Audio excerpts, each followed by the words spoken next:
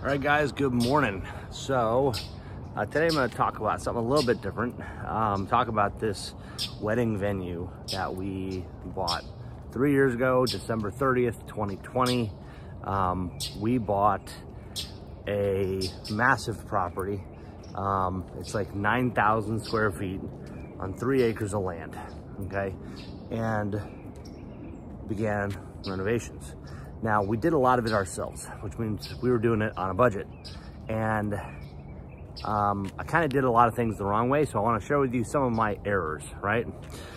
So first error is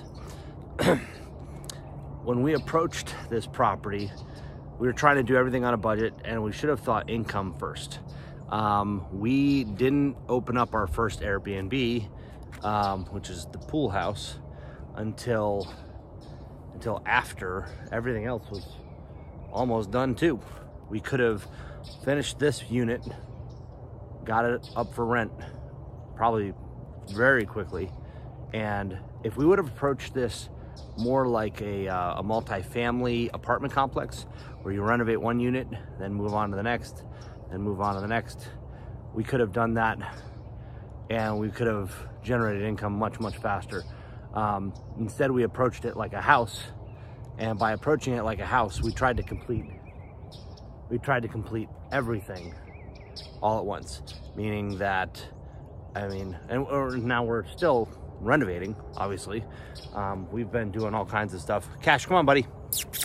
We've been doing all sorts of stuff for quite a while now. But when I bought this property, my initial thought was that we're going to do it like a resort. And that's why we named our LLC the Scarborough House Resort. It was built by James Scarborough, no relation, right? So we bought the history of the place as well. So anyway, so what I'm saying is that if you're gonna buy something that you're planning on having multiple units, you might as well approach it like an apartment complex and renovate one unit at a time and get that unit up and running. You can always upgrade later, but at least get a baseline and then you're good to go. Other thing I did was there's certain things I paid for that I could have probably, if I would have really thought about the order of operations and really thought through some things, I should have done certain things first and other things second, third, fourth, right? An example would be this little barn back here. I should have thought really through all the possibilities.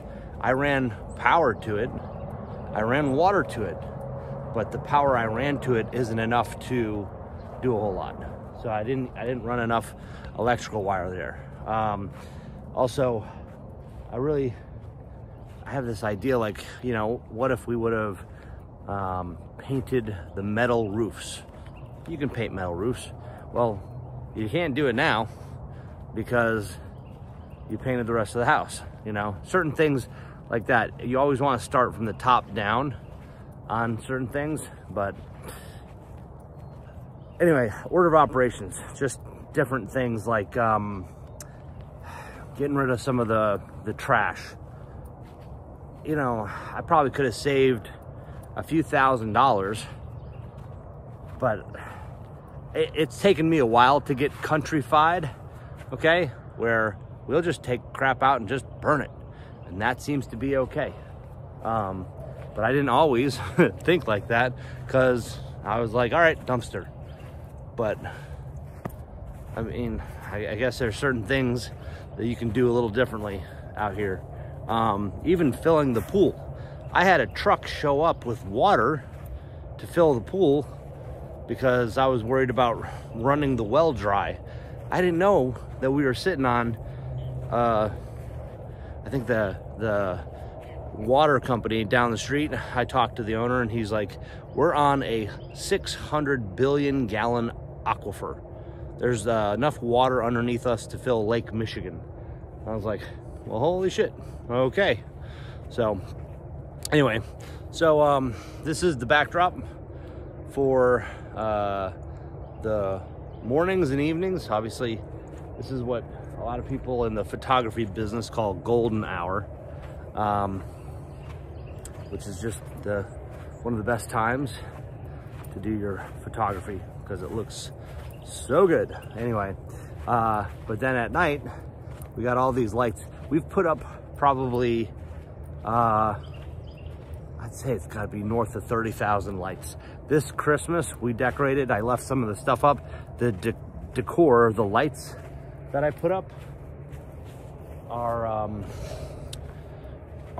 actually gonna double as wedding venue lights. So, hold on one sec.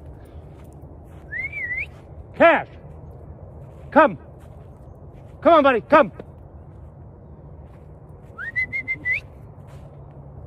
Cash, come.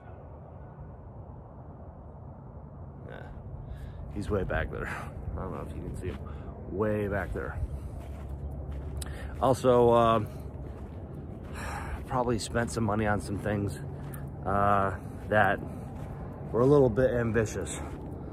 Like, we built this huge garden. Guess what?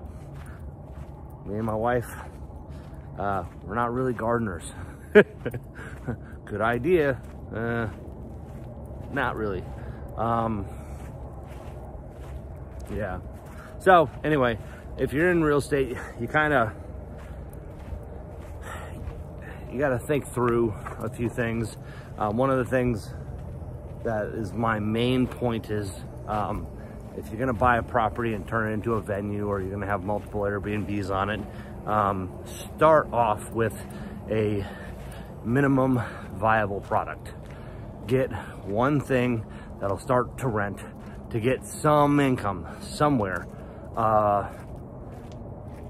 as you can renovate the rest of them, right? We could have been doing that a long time ago, and it would have generated some income.